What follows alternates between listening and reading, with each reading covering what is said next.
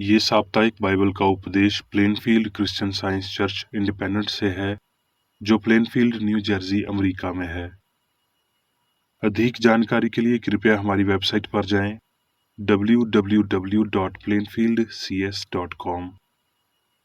आपके ध्यान के लिए ये पाठ रविवार 3 दिसंबर 2023 के लिए है। विषय: परमेश्वर ही एकमात्र कारण और निर्माता है। स्वर्णपद आमोस।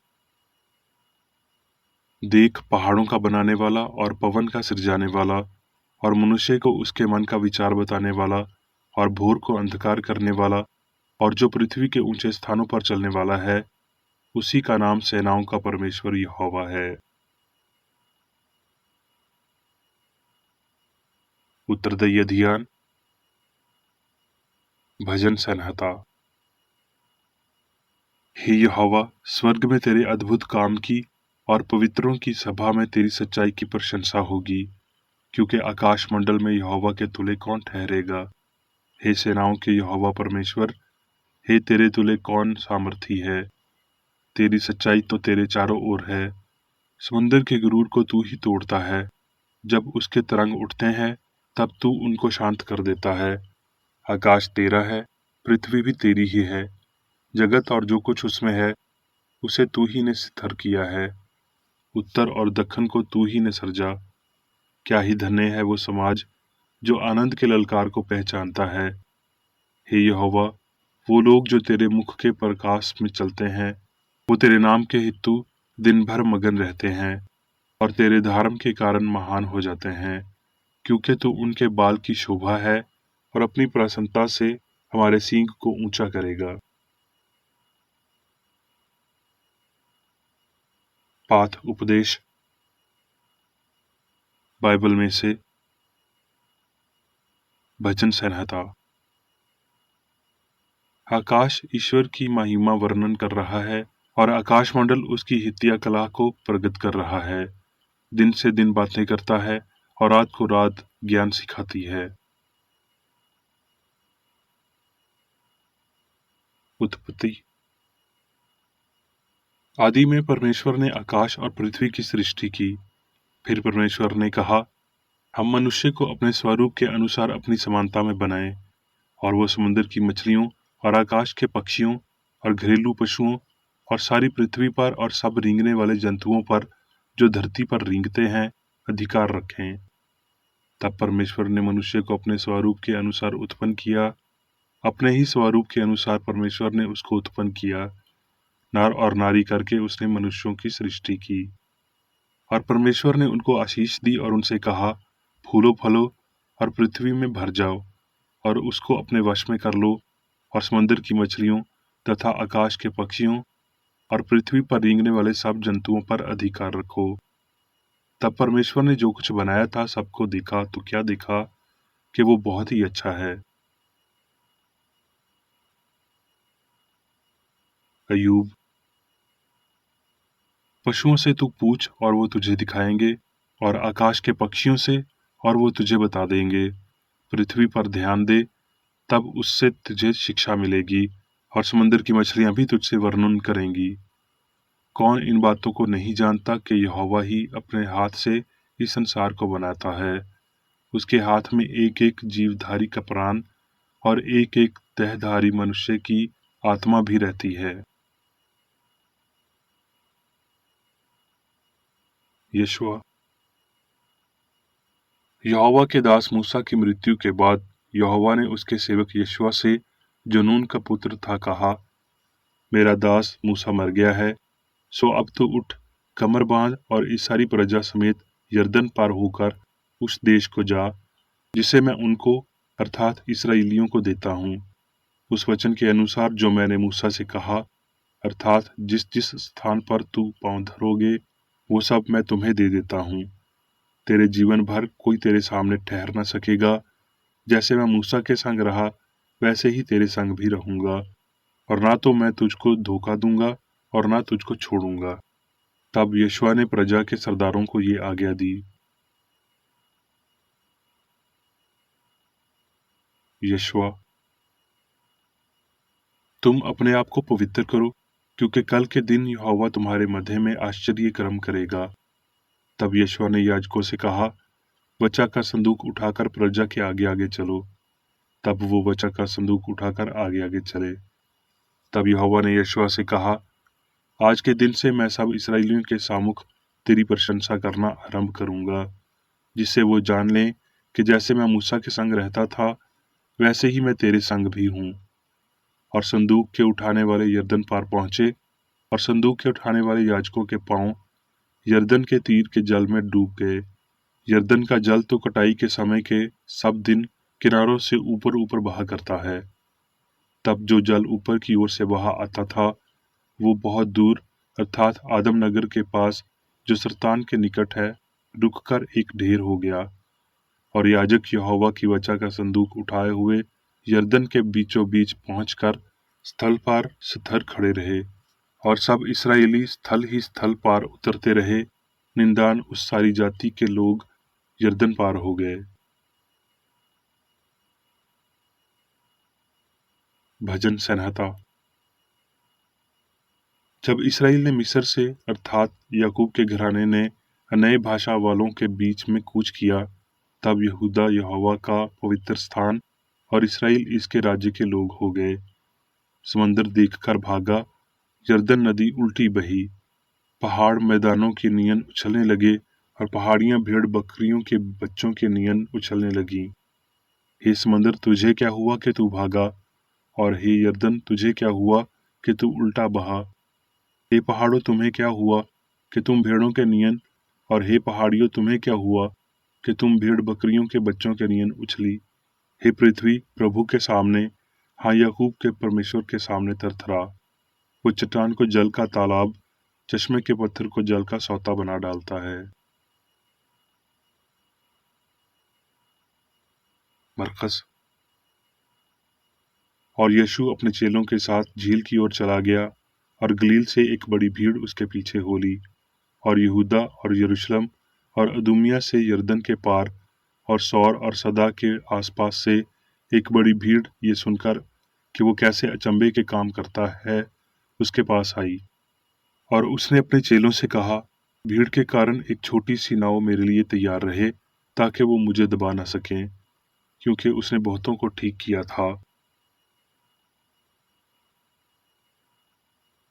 मरकस। उसी दिन जब सांझ हुई, तो उसने उनसे कहा, आओ हम पार चलें। और वो भीड़ को छोड़कर जैसा वो था ऐसा ही उससे नाव पर साथ ले चले, और उसके साथ और भी नावें थीं। तब बड़ी आंधी आई, और लहरें नाव पर यहाँ तक लगीं कि वो अब पानी से भरती जाती थी, और वो आप पीछे भाग में गद्दी पर सो रहा था। तब उन्होंने उसे जगाकर उससे कहा, हे गुरु, क्या तुझे चिंता नहीं कि हम नाश हुए जाते हैं? तब उसने उठकर आंधी को डांटा और पानी से कहा, शांत रह, थम जा। और आंधी थम गई, और बड़ा चैन हो गया।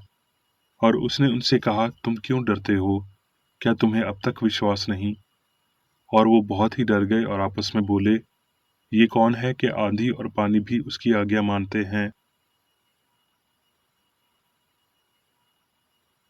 भजन संहिता। पृथ्वी और जो कुछ उसमें है यहोवा ही का है, जगत और उसमें निवास करने वाले भी, क्योंकि उसी ने उसकी नींव समंदर पर दृढ़ करके रखी, और महाद्रों के ऊपर सितर किया है। वो प्रतापी राजा कौन है? सेनाओं का यहोवा वही प्रतापी राजा है। अब मैं मेरी बेकर एडी द्वारा क्रिश्चियन साइंस की किताब विज्ञान और स्वस्थ शास्त्रों की कुंजी के साथ के साहस संबंधी अंश पढ़ूंगा। विज्ञान और स्वस्थ। भगवान मनुष्य साथ ब्रह्मांड का निर्माण और संचालन करता है। ब्रह्मांड आध्यात्मिक विचारों से भरा है, जिसे वो विकसित करता है, और वो मन का आज्ञाकारी है जो उन्हें बनाता है। मनुष्य जो परमेश्वर की सामर्थ को प्रतिबिंब करता है, सारी पृथ्वी और उसकी सीमा पर प्रभुता करता है। मनुष्य ये मान सकता है कि मनुष्य एक निम्रता है। पहले से ही बनाए गए भगवान के बच्चों को पहचान लिया जाएगा, क्योंकि मनुष्य होने का सत्य पाता है। इस प्रकार ये है कि असली आदर्श आदमी अनुपात में प्रकट होता है, क्योंकि झूठ और सामग्री गायब हो जाती है। ईश्वर सारी सृष्टि को उजागर करता है, शास्त्रों की पुष्टि करता है, बिना किसी पक्षपात के, बिना किसी पीड़ा के, और मनुष्य की मृत्यु और सही और शाश्वत का मधुर आश्वासन लाता है। ब्रह्मांड मनुष्य की तरह विज्ञान द्वारा अपने दिव्य सिद्धांत ईश्वर से व्याख्या की जाती है और फिर इसे समझा जा सकता है। लेकिन जब भौतिक अर्थों के आधार पर समझाया जाता है और विकास, परिपक्वता और क्षय के विषय के रूप में प्रतिनिधित्व किया जाता है, तो ब्रह्मांड जैसे मनुष्य है और होना चाहिए एक रहस्य है। आसंजन, समान जैसे और आकर्षण मन के गुण हैं। वो दिव्य सिद्धांत से संबंधित हैं और उस विचार शक्ति के उपासनहार का समर्थन करते हैं जिसने पृथ्वी को अपनी कक्षा में शुरू किया और गर्व की लहर से कहा, यहाँ तक और इसके आगे नहीं। आत्मा सभी चीजों का जीवन, पदार्थ और निरंतरता है। हम ताकतों पर चलते हैं, उन्हें वापस ले लें और सर्जन को ध्येय का जाना चाहिए। मानव ज्ञान उन्हें पदार्थ की ताकत देता है, लेकिन दिव्य विज्ञान घोषित करता है कि वो पूर्ण रूप से दिव्य मन से संबंधित हैं, इस दिमाग में निहित है और इसलिए उन्हें उसके सही घर और वर्गीकरण के लिए पुनर्स्थापित करता है। मन के बिना दुनिया ढह जाएगी, बिना बुद्धि के जो हवाओं को अपनी पकड़ में रखती है। ना तो दर्शन और ना ही संशयवाद विज्ञान की प्रगति में बाधा डाल सकता है, जो मन की सर्वोच्चता को प्रकट करता है। मन शक्ति का अंतर्निहित भाव मन की महिमा को बढ़ाता है। दूरी नहीं, निकटता इस दृश्य को मंत्रमुग्ध कर देती है। पृथ्वी की रचना करने वाले यावजिक खनिज या एकमात्र पदार्थ जो संबंध घातक सामग्री एक दूसरे के साथ रखते हैं, आकाशीय पिंडों की परिमाण, दूरी और क्रांतियां कोई वास्तविक महत्व नहीं है। जब हमें ये याद आता कि उन सभी आध्यात्मिक तत्वों को मनुष्य और ब्रह्मांड के अनुवाद द्वारा आत्मा में स्थान देना चाहिए, इसके अनुपात में मनुष्य और ब्रह्मांड शाश्वत और समान जैसा पूर्ण पाए जाएंगे। श्रद्धा शक्ति एक भावतिक विश्वास है, एक अंधा ग्राभित बल है, इच्छा की संतान है और ज्ञान नहीं है, नश्वर मन की है ना ही अमर की। ये सिर का लंबा मोतिया बिंद भाया यार प्रेम तूफान की सांस है। ये बिजली और तूफान है। ये सब स्वार्थी, दुष्ट, बेईमान और अशुद्ध है। नैतिक और आध्यात्मिक आत्मा से संबंधित हो सकते हैं, जो मुट्ठी में हवा रखता है, और ये शिक्षण विज्ञान और सिद्धभाव के साथ उच्च चरण करता है। विज्ञान में आपके पास भगवान के विपरीत कोई शक्ति नहीं हो सकती और शारीरिक इंद्रियों को अपनी झूठी गवाही नहीं देनी चाहिए। अच्छाई के लिए आपका प्रभाव आपके द्वारा सही पैमाने पर फेंके गए वजन पर निर्भर करता है। आप जो अच्छा करते हैं और अवतार लेते हैं, वो आपको एक शक्ति प्राप्त करने योग्य बनाता है। बुराई शक्ति नहीं है, ये शक्ति का मजाक है, जो अपनी कमजोरी को मिटाता है और कभी ना उठने के लिए गिराता है। यीशु ने कहा, मुझे पता था कि तुम मुझे हमेशा सुनता है। उसने मरे हुओं में से लाजर को जीवित कर दिया, तूफान को रोका, बीमार को ठीक किया, पानी पर चला। भावतिक प्रतिरोध पर आध्यात्मिक शक्ति की श्रेष्ठता में विश्वास करने का दिव्य अधिकार है।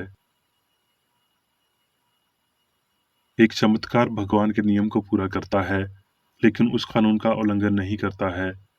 वर्तमान में यह तथ्य चमत्कार से अधिक रहस्यमय प्रतीत होता है।